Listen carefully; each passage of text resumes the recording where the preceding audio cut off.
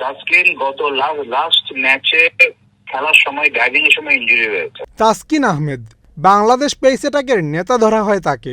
বিশ্বকাপ আসলেই যেন প্রতিবার তার কপালটা হয়ে যায় খারাপ। 2019 বিশ্বকাপে ইনজুরির সাথে লড়াই করায় দল থেকে বাদ পড়ে কান্না করেছিলেন অঝরে। নিজেকে শানিত করে ভয়ঙ্কর রূপে ফিরেছেন, হয়ে উঠেছেন দলের অন্যতম ভরসার প্রতীক। 2023 ওয়ানডে বিশ্বকাপ চলাকালীন ইনজুরি সমস্যায় দিতে পারেননি নিজের সেরাটা, যার খেসারত দিয়েছিল সেই আসরে বাংলাদেশ। বিশ্ব আসরে নিজেদের সবচেয়ে বাজেতম প্রদর্শন করে সেবারই। 2022 টি-20 বিশ্বকাপে বল হাতে আগুনে তাসকিন ছিলেন দলের সেরা বোলার। আরেকটি বিশ্বকাপ যখন দরজায় করা নাড়ছে, তাসকিনের ইনজুরি আবারও যেন মাথা নাড়াচাড়া দিয়ে উঠেছে। জিম্বাবুয়ের বিপক্ষে চলমান টি-20 সিরিজের চতুর্থ ম্যাচে ব্যাটিংয়ের সময় পাঁজরে চোট পান তিনি।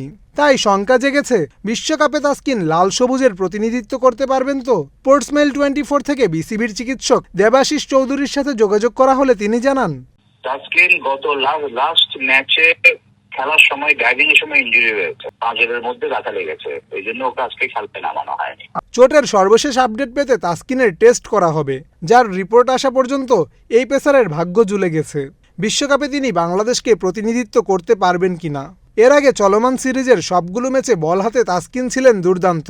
প্রথম ম্যাচে 3 উইকেট নিয়ে হয়েছিলেন ম্যাচ সেরা। সেই ধারাবাহিকতা বজায় রেখেছেন পরের ম্যাচগুলোতেও। দ্বিতীয় ম্যাচে নেন 2টি, তৃতীয় ম্যাচে নেন 1টি ও চোট পাওয়া ম্যাচে নেন 2টি উইকেট। স্বস্তির বিষয় ব্যাটিং ইনিংস শেষে তাসকিন বল হাতে করেছিলেন 4 ওভার, আর তার আগুনে বোলিংয়ে বাংলাদেশ স্বল্প রানের পুঁজিতেও পেয়েছিল ম্যাচ জেতার রসদ। তাই ভক্তদের প্রত্যাশা গুরুতর কিছু হয়নি তাসকিনের। কারণটা যে তাসকিনের চোট গুরুতর হলে তা নিশ্চিতভাবে ভোগাতে পারে বাংলাদেশকে।